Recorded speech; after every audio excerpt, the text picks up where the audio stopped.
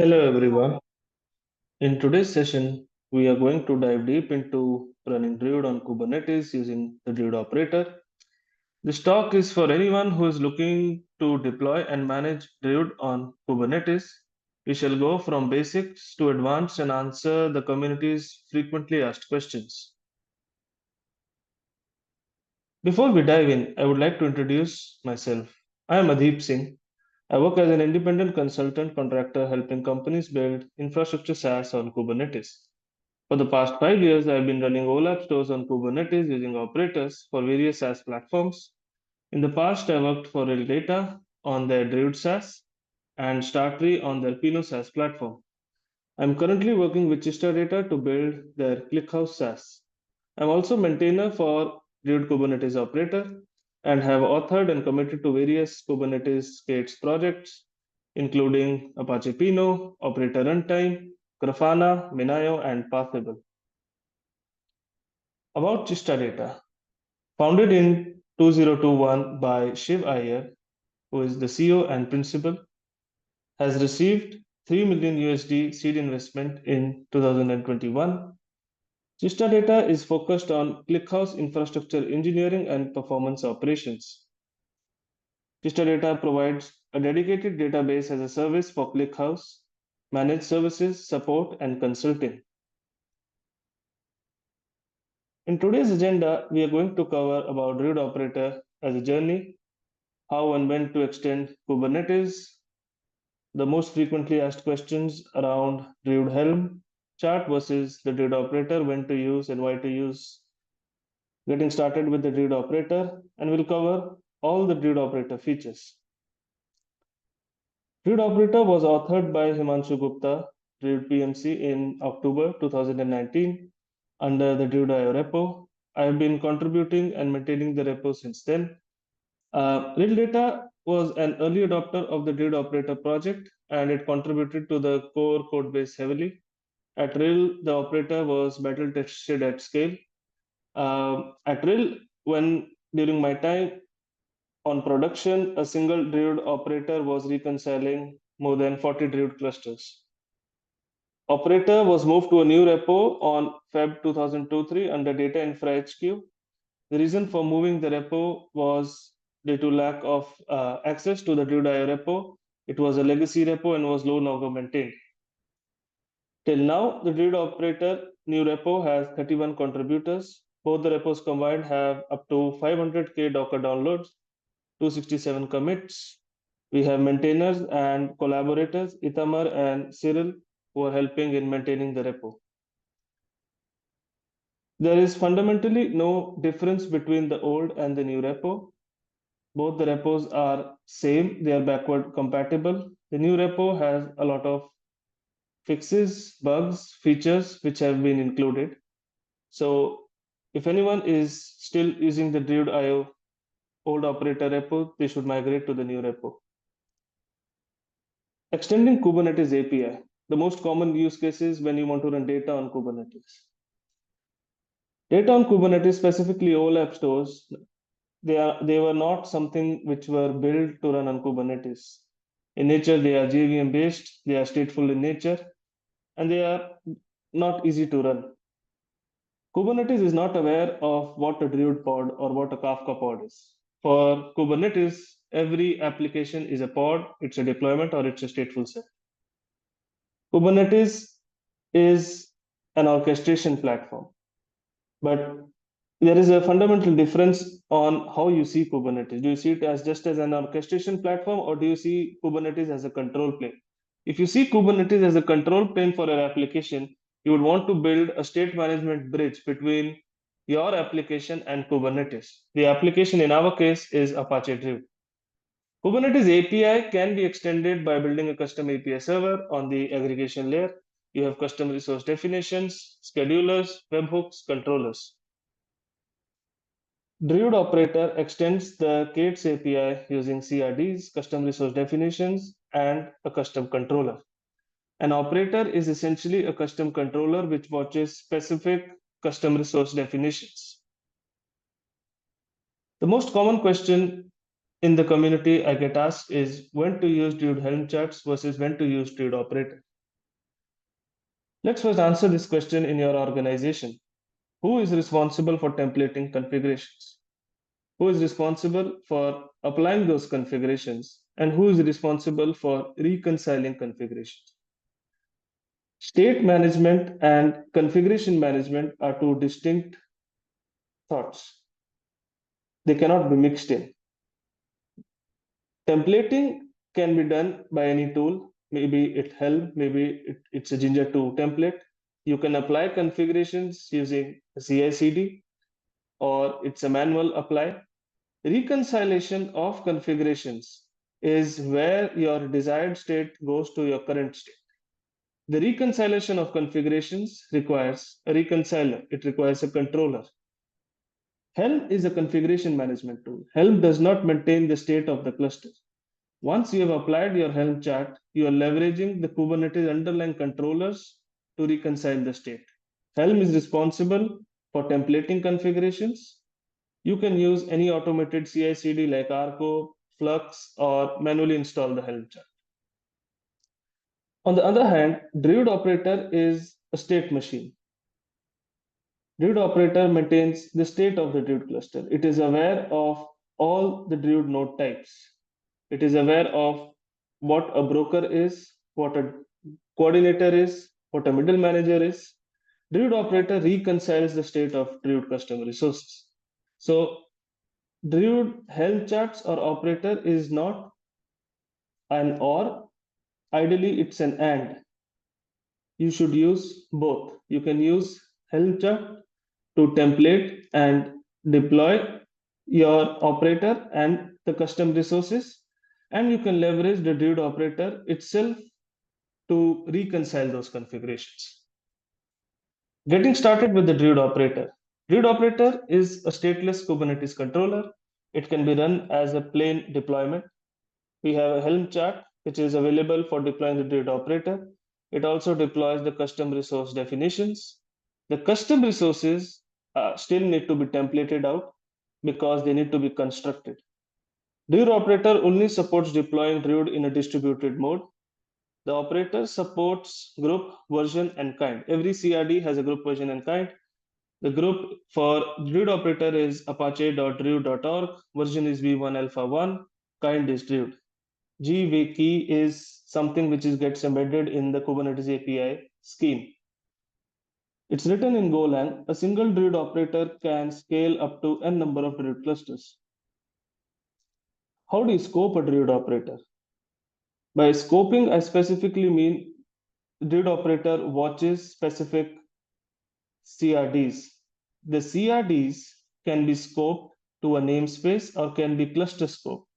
An example is if you do kubectl get cluster roles, you don't need to provide a namespace because it's a cluster scoped resource. But if you do a kubectl get roles, roles can be scoped to a namespace. Similarly, Druid operator can be scoped to a single namespace, can be scoped to all namespaces, can be scoped to all namespaces with a deny list. If you are running more than one Druid cluster, scope the operator to cluster scope. If you have some security issues or some namespaces you don't want the Druid operator to watch, you can add them to a deny list. Druid custom resources are what the desired state for your Druid cluster looks like. It has two scopes of configuration. Key value pairs specific to a node type, key value pairs common to all the node types. For example, image can be common to broker, coordinator, historicals, routers. But maybe you want to add a specific node selector to historicals. You want to run historicals on a high memory and a compute node. So you can add that particular node selector just to the node types. A node type is essentially a Druid node that is broker coordinator. Druid nodes can be deployed as stateful sets or deployment.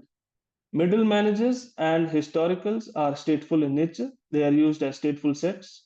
Brokers, coordinators, routers, indexers are stateless. They can be used as plain deployments. Druid custom resource has a status field. A status field is something which all CRDs use to provide the status, that is the current state of your Druid cluster. The Druid operator also emits events. So if you do a kubectl describe of your custom resource, you should be able to see the current events. Upgrading of Druid clusters. Druid operator supports upgrading of the Druid clusters in two ways. A parallel upgrade, if you trigger a new image, if you roll out a new image, upgrade all the node at once, not a preferred way to upgrade Druid. Rolling upgrades perform incremental rollout of Druid nodes based on an order. This order is defined inside the Druid operator logic. When you are upgrading a cluster, the preferred way is to perform rolling upgrades. If you are testing or you're in a sandbox environment, parallel upgrades are fast just to test out stuff. Rolling upgrade is when the operator goes to each node one by one and performs the upgrade.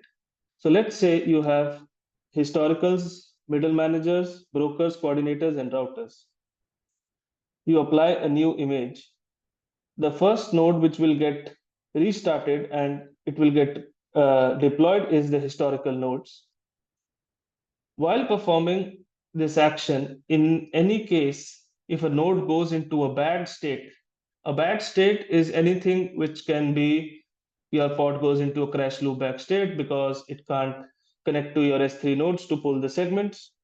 At this particular time, the Druid operator identifies your cluster as a bad state. It won't go to the next node. At this point, you would need manual intervention to fix this issue, and only then the Druid operator will go to the next node. The Druid operator maintains the state. It won't skip between the nodes even if you re-trigger an upgrade.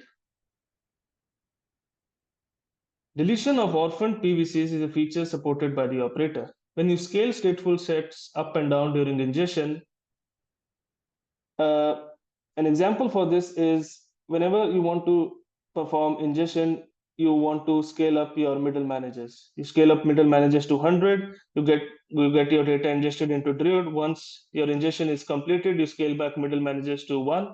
You want to save costs. At this point, you have 99 PVCs left hanging because stateful sets won't delete the PVC once you scale the stateful set down.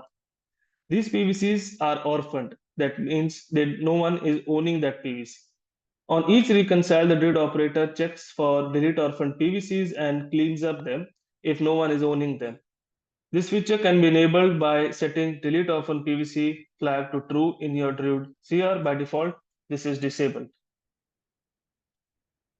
Vertical scaling of Druid nodes. Druid operator can vertically scale Druid nodes on compute, memory, and storage. Compute and memory are straightforward. You can simply increase your resources and limits on the each custom resource as long as you have resources on your underlying Kubernetes node. By default, stateful sets do not allow scaling of storage in volume claim templates. If you try to edit any stateful set and you try to change, if you try to move your volume claim templates from 30 to 50 GB, the operator or the underlying stateful set controller will throw you an error saying it cannot change that field, it's immutable. So to perform this action, the operator performs a cascade deletion of the stateful set.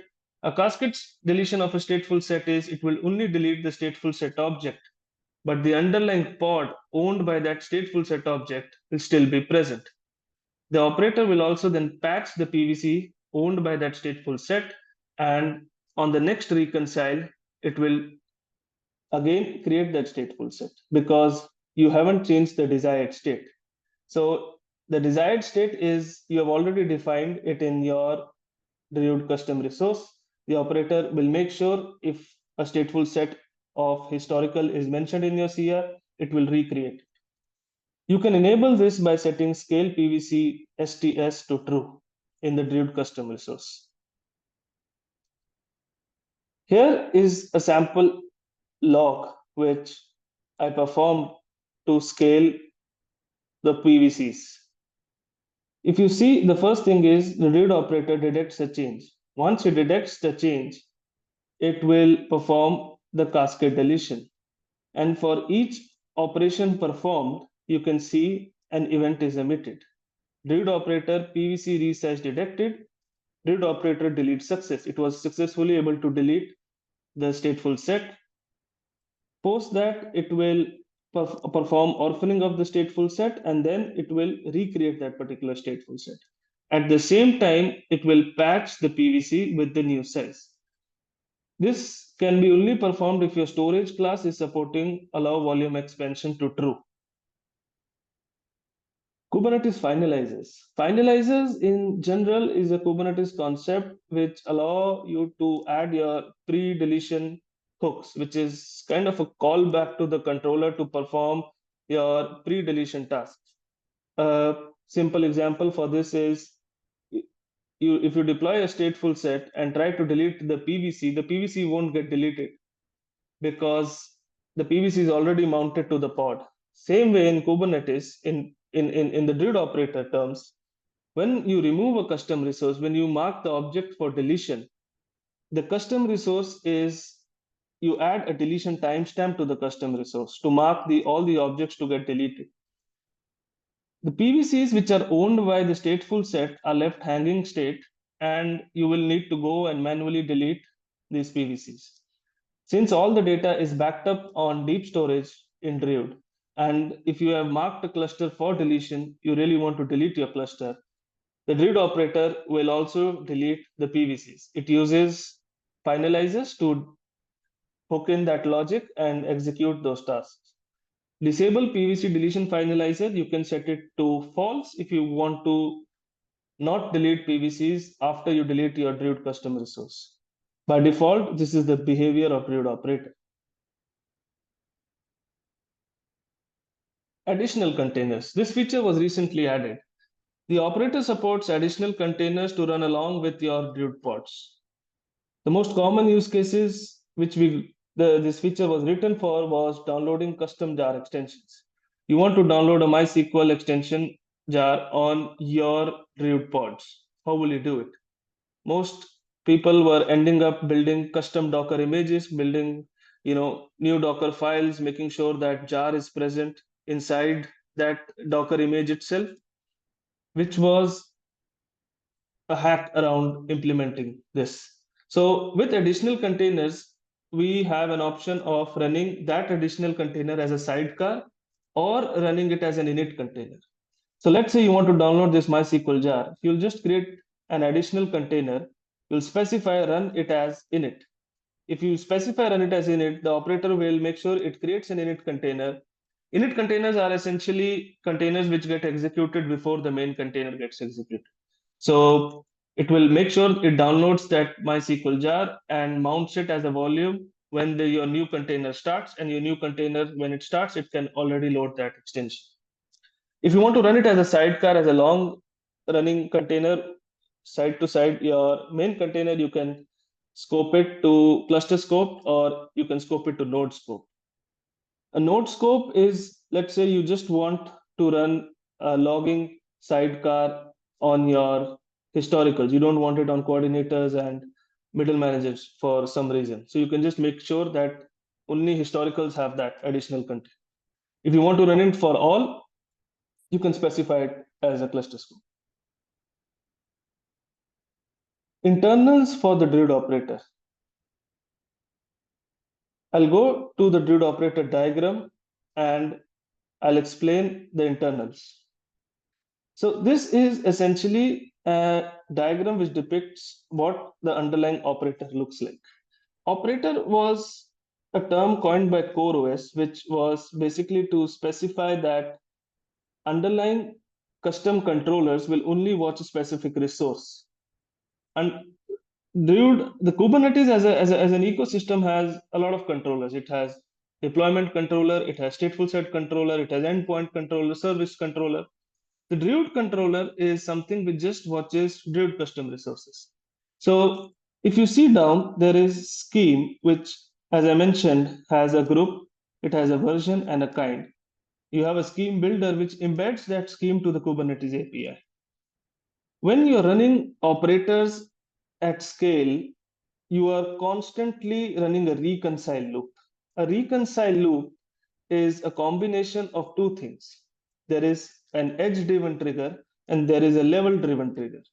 An edge driven trigger is you received an event and you trigger an event handler. An event handler takes that event, reconciles that. But what if that event handler fails to get triggered? So you have a worker queue where you push that event, and the level driven trigger runs like a reconcile loop and picks up that event and again reconciles. So you are constantly polling the Kubernetes API. So there are constantly get calls, there are constantly list calls, and you can, that's a lot of requests to the API server. So the Druid controller implements a controller runtime library which implements the split client. It has to read, we read from the Kubernetes cache indexes, but we write directly to the API because we want that state to reconcile faster. So the cache implements essentially an informer. We have Druid watchers and we have predicates event filtering.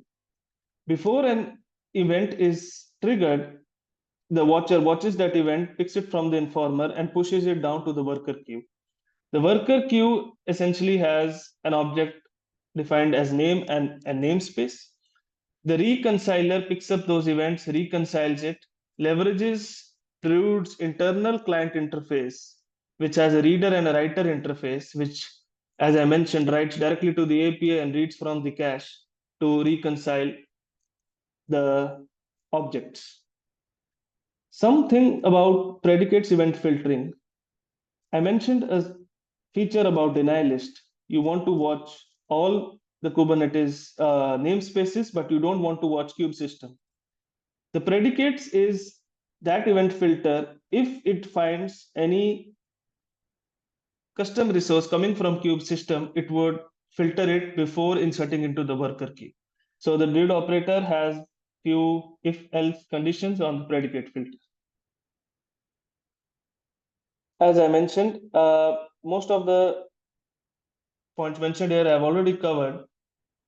All objects owned by the operator are injected with a hash. So how does the Druid operator trigger a restart? How does it trigger a node restart when there is a state change?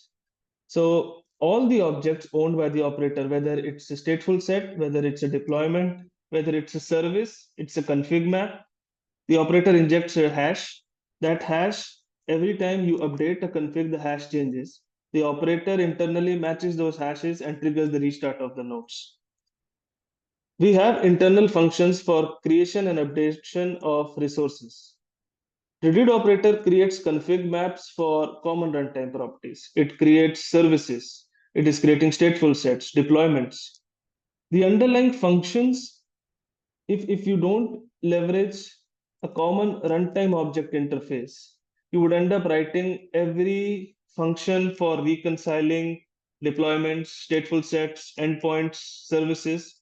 So we have a single function which can reconcile any object if it is of a Druid custom resource. All objects in Kubernetes implement the runtime.object interface. So does the Druid operator, and so does all the Druid custom resources. The Druid operator is aware of current state. It is aware of the desired state, your custom resources. The YAML files which you apply are essentially desired state. The current state is what it reconciles, and the original state, the previous state. It has track of your hashes, it has track of your annotations, and all of these three things are taken into consideration. The summary for Druid operator is essentially a state machine. State machines in general are very rigid in nature. If you compare Druid operator with state machines such as Helix in Apache Pinot, those state machines act as, it's like a switch on and off. Whereas operators and controllers in Kubernetes are based on observed state. It's a slight difference, but it's when you construct state based on observation, it's you are able to configure a lot of things more rather than configuring it directly or embedding the logic just as on off this and that, like a general state machine implements. So operators can observe and they can construct state based on that observation. Druid operator does not care how and what you do to template your configs. As I mentioned, you can leverage any tool to apply configurations. It is solely responsible for reconciling those configurations. Helm is a great tool for templating configurations. Helm install upgrade can perform a three-way merge. You would not need to, you can also leverage Helm to roll back your configurations because Helm maintains a revision number, and these revision numbers are maintained inside Kubernetes secrets. Druid operator can reconcile n number of Druid clusters in parallel. At real data, we used to upgrade 40 odd Druid clusters in parallel with a single operator. The underlying Druid controllers is a combination of edge-driven triggers and level-triggered triggers. Druid is complex. It's a distributed database which was not designed for Kubernetes. Druid operator closes these gaps by acting like a bridge, by embedding what we want from Druid and what you want from Kubernetes and how do you interpret both the states. That is what essentially is the Druid operator. Druid on Kubernetes, what does a production stack look like? This is most of these points I mentioned from my experience of running Druid in various organizations. Leverage Helm for templating and applying configurations. You can leverage Druid operator for reconciling those configurations. You will need to configure an object storage. It can be deep storage or it can be, you can use S3 or Minayo, any of these object storage, and you can use SQL or Postgres for metadata. You can leverage Parsable as a log store for collecting operator logs and events. The operator events are very crucial. They, for each action, there is an event triggered. So they're very useful for debugging. Parsable is a very lightweight and a high performance log analytics for the cloud native era. I have found it to be more easier and more simpler to use than Loki or Elasticsearch. You can have tiered storage, hot and cold tiers. Hot and cold tiers are essentially your historical nodes, and these historical nodes, each tier is a unique stateful set. So you cannot have a single stateful set and configure it as hot and cold. Hot and cold are two different type of stateful sets. They will scale up and down independently. Bin packing of Druid, if you're running a production Druid cluster at scale, you would really need to bin pack your nodes. By bin packing, I mean efficiently make sure the nodes are scheduled. You can have separate node pools for your data nodes, for query and master nodes. Data nodes are memory intensive. You might want to load a lot of data on your hot tiers and you want data to be queryable at all times. These considerations have to be taken care in if you're trying to deliver an SLA. A typical SLA in this system is you want data to be ingested at all times, you want data to be queryable at all times, and you want data to be available for query at all times. So you want to make sure that you have the underlying nodes and you have scheduled them in such a way that brokers always go on query nodes, coordinators can go to master nodes, and your historicals and the middle managers can go to your data nodes. You can leverage Kubernetes affinity, taints, tolerations for better bin packing. You can leverage local SSDs for better performance as a separate storage class. EBS, GP3 are good, but we have seen better performance with local SSDs. You can leverage ephemeral volumes directly on Kubernetes nodes. These things are supported by the operator. The operator supports adding your own storage class for the volume claim templates which you have defined. So local SSDs is supposed to be giving better performance. Thank you.